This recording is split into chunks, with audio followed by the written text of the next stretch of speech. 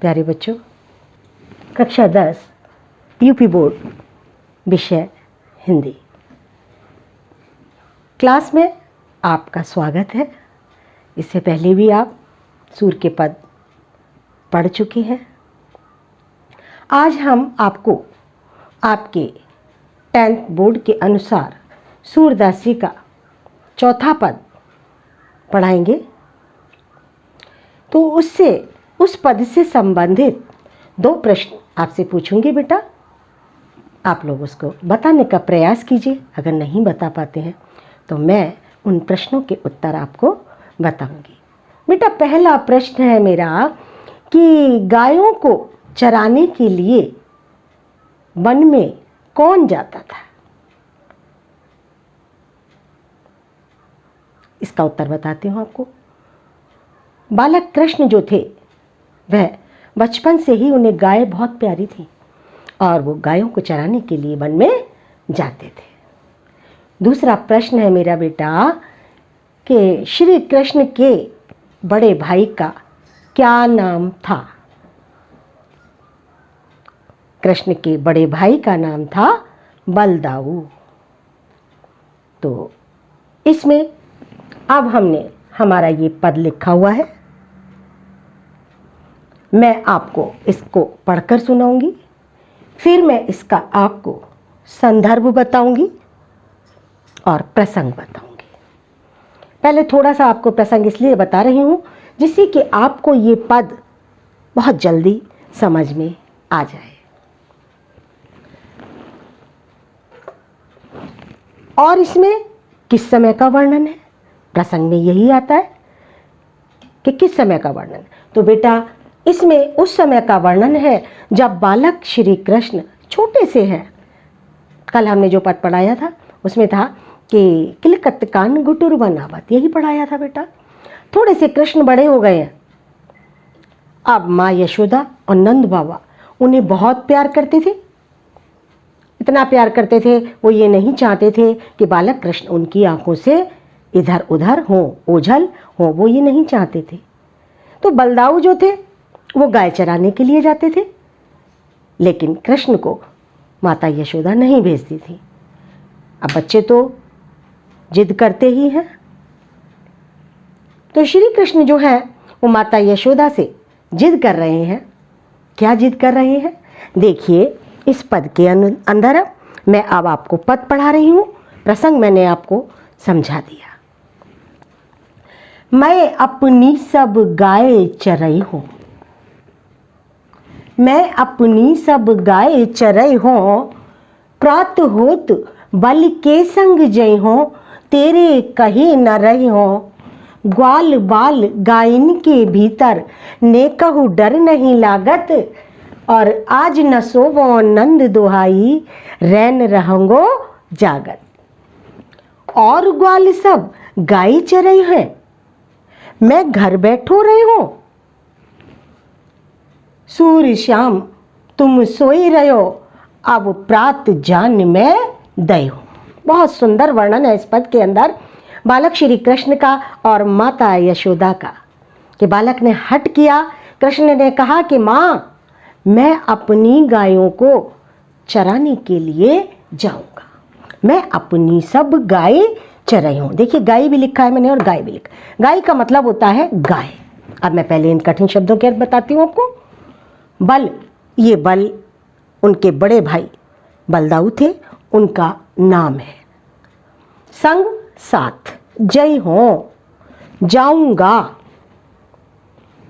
गायन, गायों के भीतर, यानी कि गायों के बीच में। भीतर का मतलब यहां बीच में है। न कहूं, जरा भी डर नहीं लगता है। कौन कह रहा है? श्री कृष्ण कह रहे हैं। सोवो, ना सोवो, नहीं सोऊंगा। नंद बाबा के लिए कहा गया है। दुहाई माने कसम, सौगंध। रैन, रात। रहंगो, जागत। जागत मीन्स जागता रहूंगा। और ग्वाल सब गाय चरई हैं, सारे ग्वाल वाले गाय चरई हैं, चराने के लिए जाएंगे।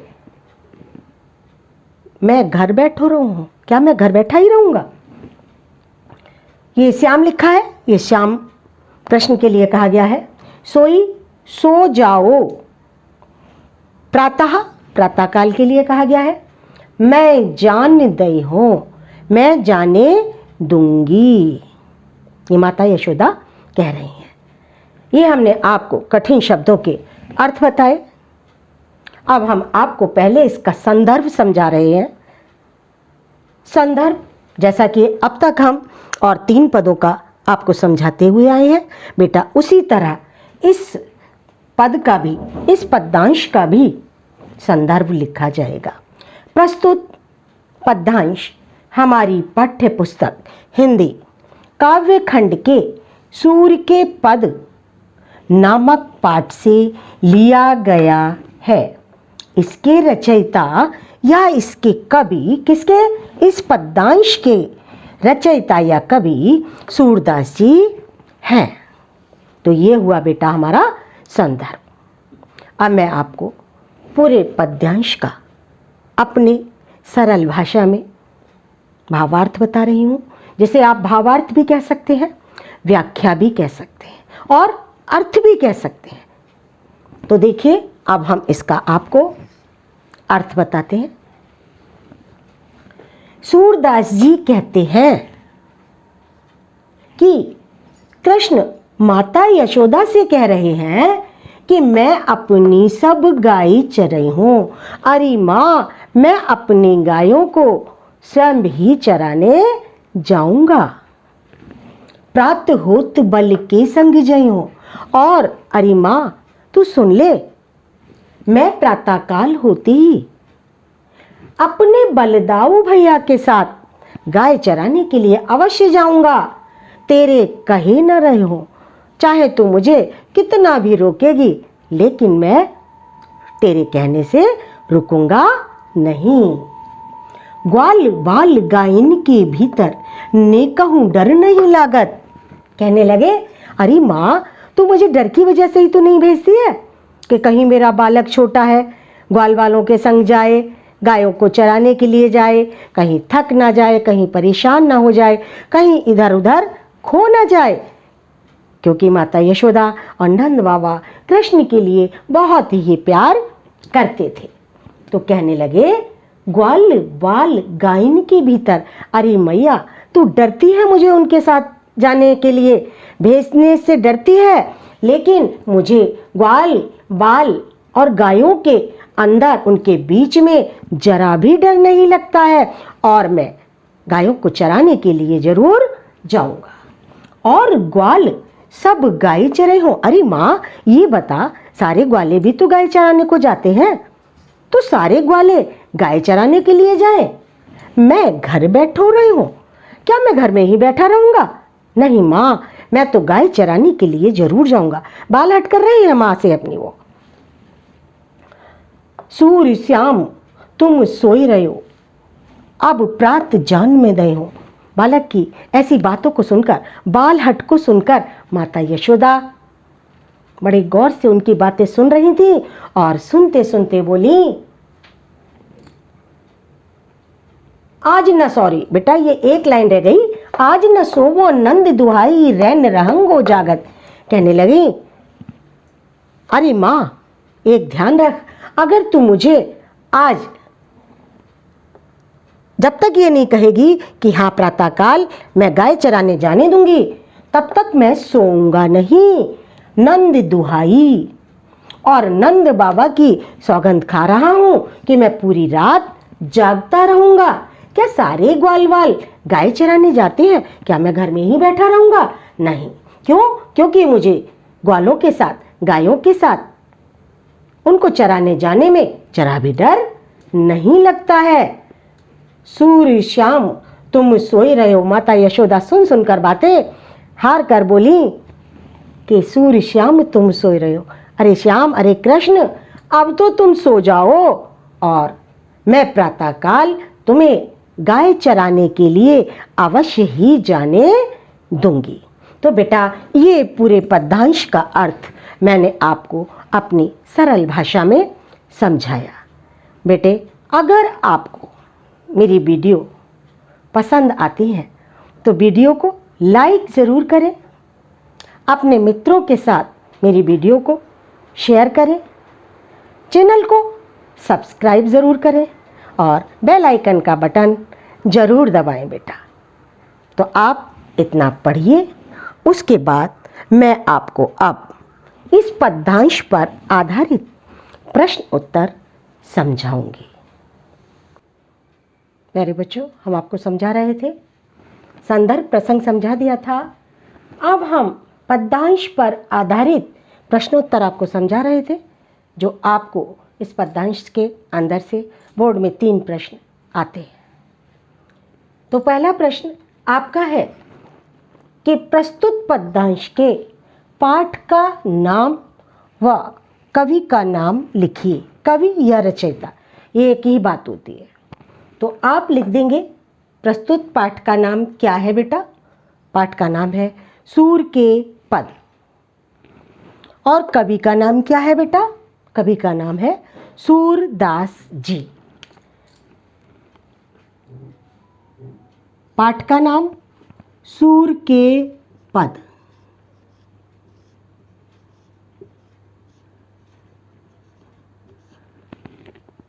और कवि कौन हो गए बेटे? सूरदास जी।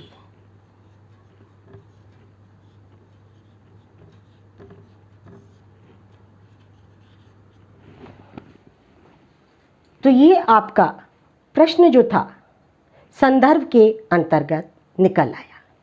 दूसरा प्रश्न है हमारा रेखांकित अंश की व्याख्या। तो पद्यांश में इस पर रेखा खींची हुई थी कि ग्वाल बाल गायनी के भीतर ने कहू डर नहीं लागत। अब हमें इसका क्या लिखना है बेटा? व्याख्या लिखनी है। आप हेडिंग डालेंगे रेखांकित अंश की व्याख्या। देखिए व्याख्या, सूरदास जी कहते हैं कि अरे माता, मुझे ग्वाल बाल और गायों के बीच में तनिक भी जरा भी डर नहीं लगता है। तो डर की वजह से ही तो मुझे नहीं जाने देती है। और अगर तू मुझे प्रातःकाल गाय चराने के लिए नहीं भेजेगी तो मैं नंद बाबा की सौगंध खाता हूँ कि मैं पूरी रात जागता रहूँगा, सोऊंगा नहीं। और तू मुझे गाय चराने के लिए भेज दे। जब तक यशोदा माता ने हाँ नहीं किया तब तक बालक कृष्ण जिद करते रहे, हट करते रहे। तो बेटा ये हमारे रेखांकित अंश की व्याख्या हुई। अब हमारा तीसरा प्रश्न अभी शेष है, जो आपको काव्यगत सौंदर्य के अंतर्गत आता है। आप इसको लिख लें अपनी उत्तर पुस्तिका में चाहे तो, फिर हम आपको काव्यगत सौंदर्य समझाएंगे इसका और आपको उससे संबंधित प्रश्न भी बताएंगे। बच्चों, अब हमारा तीसरा प्रश्न जो था शेष कि काव्यगत सौंदर्य इसका क्या है और इससे संबंधित जो प्रश्न आता है। तो देखिए, मैंने पूरे पद्यांश का काव्यगत सौंदर्य आपको बताया।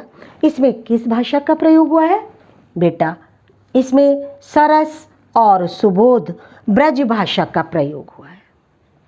दूसरा प्रश्न बनता है आपका, शैली। कौन सी शैली का प्रयोग हुआ है? मुक्तक शैली का प्रयोग इस पद्यांश के अंतर्गत है। रस, आपसे पूछ लिया जाए प्रयुक्त पद्यांश में कौन सा रस प्रयोग किया गया है, तो आप लिख देंगे इसमें वात्सल्य रस। ये लिखा है वात्सल्य रस। अगर आपसे पूछ लिया जाए कौन सा छंद प्रयोग किया गया है, तो आप लिख सकते हैं इसमें गे पद जो पद गाने योग्य होते हैं, तो इसे हम गे पद कहेंगे। फिर आपसे पूछा जाए कि प्रयुक्त पद्यांश में कौन सा अलंकार प्रयोग किया गया है, अलंकार है बेटा इसमें अनुप्रास अलंकार। कौन सा गुण, ये भी प्रश्न आपसे बहुत पूछ लिया जाता है कि प्रस्तुत पद्यांश में प्रयुक्त गुण बताइए कि कौन सा गुण प्रयोग किया गया है। तो इसमें माधुर्य गुण प्रयोग किया गया है। अब बेटा मैंने उदाहरण के लिए एक प्रश्न आपको काव्यगत सौंदर्य से संबंधित जो तीसरा प्रश्न आता है वह लिख दिया है। वह प्रश्न है, प्रस्तुत पद्यांश में प्रयुक्त गुण का नाम बताइए या गुण बताइए। आप उत्तर लिख देंगे, प्रस्तुत पद्यांश में प्रयुक्त गुण माधुर्य है।